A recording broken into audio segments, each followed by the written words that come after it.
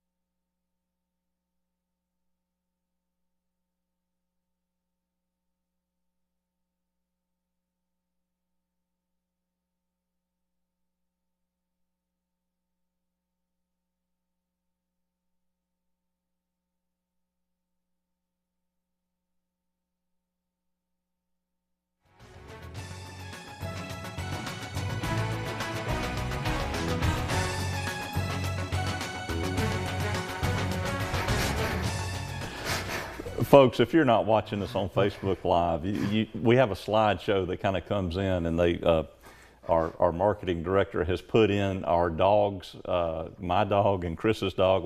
And then we're going to include the dogs from the firm that everybody else has, and it's just kind of funny and humorous, and we have a little fun with a little question and answer in there. But hey, you're watching us live tonight on WMBB and WDHN up in Dothan, Alabama. We're glad that you're watching us tonight. Thank you so much. We appreciate it. Brian, we've had some changes, though, down here in Florida. Some significant changes. Let's talk about one of those changes, something called a statute of limitations. What is that? So the statute of limitations is basically you need, prior to last Saturday, you need to either have a lawsuit filed or your claim settled within, for most negligence actions, if someone's injured, within 4 years. But that actually changed, and it actually was knocked back to 2 years. Right. So essentially, if you wait more than 2 years, which I know that sounds like a long time to most people, but in lawyer speak, it's actually kind of short. If you wait 2 years and 1 day, then your claim is gone. I know recently I had a client came, I think the car wreck was about 4 years old, and we were actually able to file a lawsuit in time. But if you don't now, somebody that was March trying to work 25th. with the insurance company. You remember that? Yeah. No, So, I did have exactly that, trying to negotiate with the insurance company, and they weren't even offering to pay her out-of-pocket medical bills, which, in my opinion, is unreasonable. So she contacted us. After years and years of dealing with it, we filed a lawsuit, and we will likely get her claim resolved. But the big thing is statute of limitations. Now it went from 4 years in Florida for negligence actions to 2 years. I think another state really close to us has a 2-year statute right. of limitations. I was going to say Alabama's got a 2-year statute of limitations. Georgia has a 2-year statute of limitations. Now Florida has a 2-year statute of limitations on negligence cases and wrongful death cases. It still holds out that there are longer statutes of limitations for contract cases and other types of things. But what we're talking about is your general negligence cases, your cases where there's a slip and fall, a trip and fall, an automobile accident that results in either injury or death. As of last Saturday, which is the day after the governor signed the bill, you now have a 2-year statute of limitations period, but it's not retroactive. So, Brian, let's talk about what retroactive would mean in that situation, and you know how this applies going forward. So, a lot of laws that are passed normally are for cases that accrue or something that happens, today or tomorrow. For statute of limitations, it does not change cases that occurred or an accident happened, a slip and fall happened prior to the governor signing. I think it was March 25th. So basically, every case or injury that occurred prior to March 25th has a 4-year statute of limitations. In other words, you need to either have a case settled or a lawsuit filed within 4 years. And then everything March 25th, I believe, and after is a 2-year statute of limitations. So you have a much shorter time frame. And I don't practice in Alabama, but I do know a lot of the law. I assume that just increases the amount of lawsuits that you have to file. Yes, it does. And so what happens is, when you're in a negligence situation, usually there's a certain number of months that you're waiting to see what a client's doing. Everybody's like, well, why don't you just go out and file a lawsuit right away? We don't do that. We want to see if the client, what path the client is going to take. Is it a surgery case, a non-surgery case? If it's a catastrophic case, that's a different story, but those are very, very few cases. So the basic automobile accident case, you want to see, does this person need surgery? Are they going to have surgery? That's going to affect when and how you might file a lawsuit. But what happens is, because sometimes the prognosis may be, all right, the doctor says, I'm going to have surgery. I need surgery. And, you say, well, how long can I put it off, doc? Because I really don't want to have somebody cutting on my neck, going in, moving my larynx out of the way, moving my jugular vein out of the way, going in and putting steel plates and cadaver bones in my neck or in my low back. And I want to put that off as long as possible. Well, then the insurance company says, well, they're never going to have it. So since they're never going to have the surgery, we're only going to give you $10 for somebody that's been severely injured. And so then that creates litigation, and that's what happens. In Georgia, it's a hard 2 years. meaning you have to file your case and serve the defendant within that 2-year period. In Alabama, it's 2 years, and you get a short extension to file or serve them. And now in Florida, you get, file it and you get 120 days to serve the defendant. But 2 years is 2 years. And like you said, in lawyer speak, that can go very, very quickly. And you mentioned one of the things which you think finding somebody and giving them a piece of paper is very easy, but I've had cases where the defendant, I know one of our clients right now who's been on WMBB before, the person who we are trying to serve with a lawsuit is hiding from us. So there's certain things that pop up. I mean, if you are suing a big company, it is very easy to give them a copy of the paperwork. They go through it all the time. I mean, some of the big retail stores, they deal with lawsuits all the time because they see millions of people.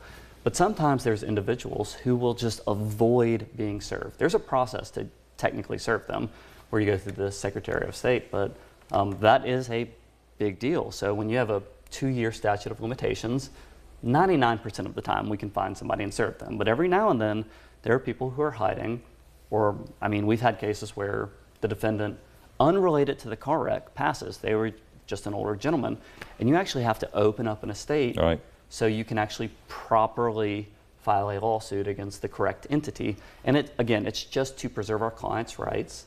But that's one of the challenges we have now is there's going to be a lot more lawsuits because that time frame has been cut in half. And before this law went into place, some of the information we got from the clerks of court that there were literally tens of thousands of lawsuits being filed prior to the enactment of this statute. Now, there were other things that were contained in this supposed tort reform bill, which basically is just an insurance reform bill. It's an insurance bailout bill. And that's what President Trump called it. It is exactly what it is. Yeah. And I think, again, I don't want to toot anybody's horn, but there's another big law firm. They were on a pretty national platform, a big national platform, and that's exactly what it is. It is basically saving money for the insurance company. Yeah. And it's crazy that they are saying this to reduce premiums, but they didn't tie any premium reductions or caps. Hey, look, let me tell you this. In Alabama, when we did this back in the 1990s, have your insurance premiums gone down? All right, anybody, 1990s. If your insurance premiums have gone down and you kept the same coverage, you call me. I'll buy you a $100 steak dinner anywhere you want to go. Okay? Where are you eating? That is a fancy steak dinner. Look, it is a fancy. That's why I'm saying I'm willing to go fancy. Hey, by the way, state of Florida, we just passed this insurance reform bill for property insurance. I tell you what, same thing here, state of Florida. Anybody who carries the same coverage and the same policy and your insurance premiums went down since February of this year, I'll buy you a steak dinner.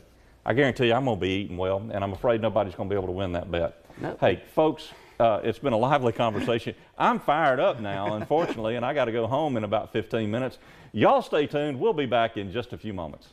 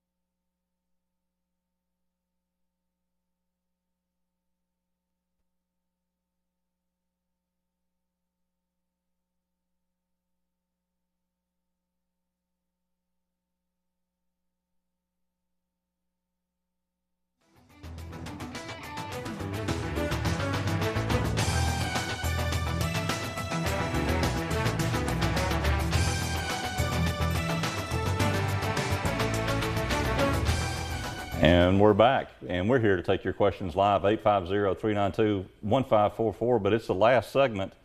We have one more email question you want to get, or we have time for that? Yes or no?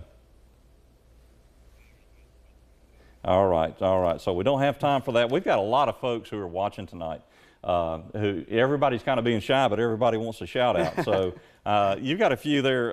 Brian, why don't you go ahead and go with yours? I don't have nearly as many as you. You got an entire sheet, but obviously I'm going to give a shout out to G Money. He watches our faithful Gary, time. man, I tell you. Obviously, Chef Gary. Gary. He's been cooking for us the past few weeks, and he's amazing. A shout out to Mr. Champ, Jimmy, Donna, obviously. My best paralegal. Besides Kay, don't tell her that. She's already asleep, though. Kay's asleep. Don't worry about it. Bruce, Miss Pam, I hope you're doing well. Captain Brad, Nicole, and the Buck. And I just hope y'all are all doing great. I know all of you guys are watching. And you got a list that's pretty long, so I'll let you get started. I tell you what, this is, the fun part of the show is when we got to give shout outs. I didn't realize the final segment was going to be all about shout outs, but hey, we've got a visiting lawyer in from out of town, Robert Tellman. He's out on Panama City Beach at a local establishment. He was supposed to tell me. He said he turned all of the TVs to LawCall, so thank you. I think he said he was at Hooters out on the beach. We've got Hank, Handsome Hank, who's watching as well. Look, Lunch with Larry, let me tell you about that real fast. You can email us or text us. The text is 850-215-7777. We got there it is. You can text us, Lunch with Larry, 850-215-7777. We try to get you in and have a lunch with me or one of the attorneys at Perry & Young. And here's our photograph from Johnny Jobert. Let's see, let's go to Johnny's photo there. There we go. Got to meet him and his wife, get my wife out, and we all had a nice dinner. Johnny is from Baton Rouge, Louisiana. His law firm and our law firm work together on cases. When we have somebody out in Louisiana, particularly in the Baton Rouge area, we reach out to Johnny, and likewise, when they're over here, they send the cases our way. So we appreciate that very much. We got Renee and Joe. Hey, Amy Hoyt's watching tonight even. Terry and Candy are watching. Kathy and Heather. Bonnie, Diane. Corianne is watching tonight, too. Corianne loves the dogs, too. She's good with them. Amy. Lonnie, the barbecue man, you're watching tonight, too. Man, we got to talk tomorrow. I know you called me today. I'm sorry I didn't get with you. Josie, Joy, Cindy, Sherry, you've already talked about Buck. Vicky is watching. Vicky is our case nurse. She's up watching tonight with her young'uns. Maybe the grandbabies are in town, too, which would be awesome, too. And of course, Heather. You're halfway through. I'm halfway through, but I've run out of time. Folks, thank you all so much for watching tonight. Thank you for the email questions. We're here for you. We'll be back again next week. Next week, we're going to have a special show. It's all about our Easter special. We will not be live next week. It'll be a pre-recorded show, but please stay tuned for it next week, and hope you enjoy it. It's just part of something, a celebration of Easter. We appreciate all that you do. Appreciate you watching. Brian, you got anything else to say before we head out tonight? Nope. Everybody have a great week coming up. The weather should be gorgeous. That's right. Stay safe out there, and we're here if you need us. Thank you very much, and we'll see you next week.